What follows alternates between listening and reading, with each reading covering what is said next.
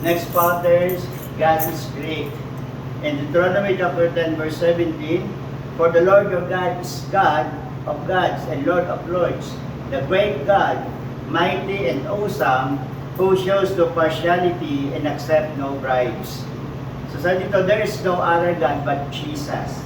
He can do amazing things, a big, big God.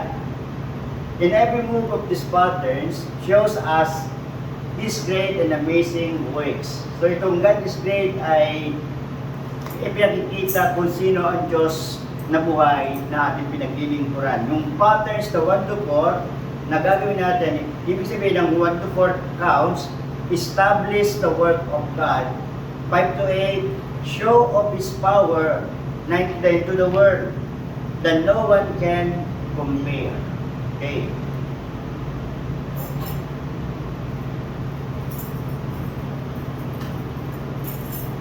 Okay. 1, 2, 3, and 5, 6, 7, 8, 9, 10, 11, and 12, 13, 14, 15, 16. Mabagal. 1, 2, 3, and 4, 5, 6, 7, 8, 9, 10, 11, and 12, 13, 14, 15, 16. 1, 2, 3, 4, 5, 6, 7, 8, 9, 10, 11, 12, 13, 14, 15.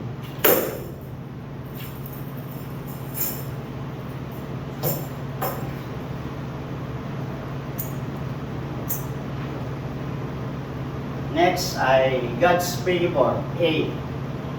So, Leviticus chapter 26 verse 9, I will look on you with favor and make you fruitful and increase your numbers, and I will keep my covenant with you.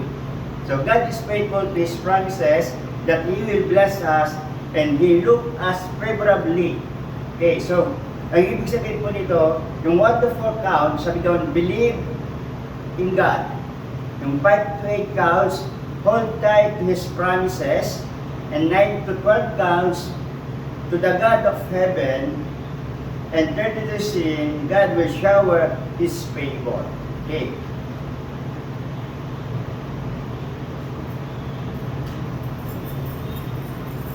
God's favor, 1, 2, 3, and 4.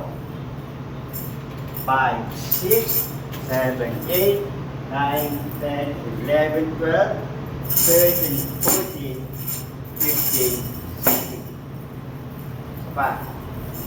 1, 2, 3, 4, 5, 6, 7, 8, 9, 10, 11, 12, 13, 14, 15, 16. 1, 2, 4, 5, 6, 7, 8, 9, 10, 11, 12, 13, 14, 15, 16.